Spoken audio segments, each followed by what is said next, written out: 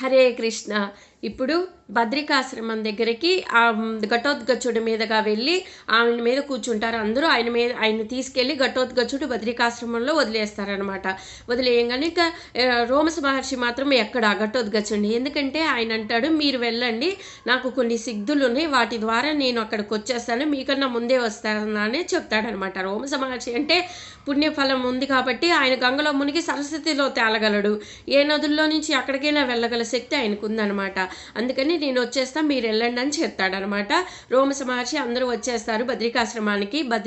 నరనారాయణులు ఋషులు ఉంటారు, వాళ్ళ గురించి పాండవులకి అన్నీ చెప్తారనమాట. వాళ్ళ విశేషాలు, వాళ్ళ పుణ్యఫలాలు అన్ని వాళ్ళ గురించి డీటెయిల్స్గా చెప్తాడు. చెప్పి నరనారాయణుడైన బద్రికాశ్రమంలో బద్రీనారాయణను దర్శనం చేసుకొని ఇంకా వాళ్ళు ఒక చోటుకు వచ్చి కూర్చుంటారనమాట.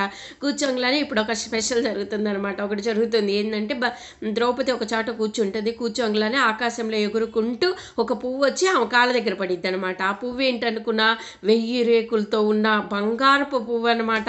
అసలు ఎంతో అద్భుతంగా ఉంటుంది ఆ పువ్వు చూసి ద్రౌపది చాలా బాగుందని, ఇది ఎక్కడి నుంచి వచ్చింది అసలు, ఇది భూప్రపంచంలో ఉండదు ఈ పువ్వు అసలు అని భీముడిని పిలిచి నాకు ఈ పువ్వు కావాలని అడిగిద్ది అనమాట.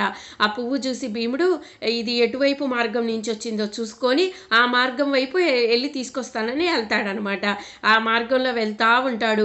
ఆయన అక్కడ గంధమాన పర్వతం దగ్గర నుంచి వచ్చిందని చూస్తాడనమాట. ఆ గంధమాన పర్వతంలో భయంకరమైన రాక్షసులు ఉంటారు, భయంకరమైన జంతువులు ఉంటాయి అన్నమాట. ఆ జంతువులన్నీ దాటుకోవాలంటే ఆయన దగ్గర ఒక శంఖం ఉంటుంది అనమాట. ఆ శంఖాన్ని పూరిస్తాడు.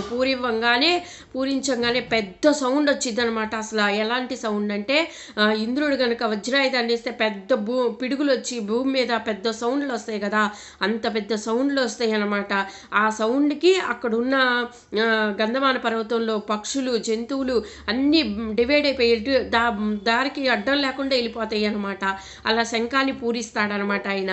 ఇప్పుడు ఆ శంఖం పూరిస్తే అక్కడ గంధమాన పర్వతంలో ఒక స్పెషల్ ఒకళ్ళు ఉన్నారు, ఎవరో చెప్తాను.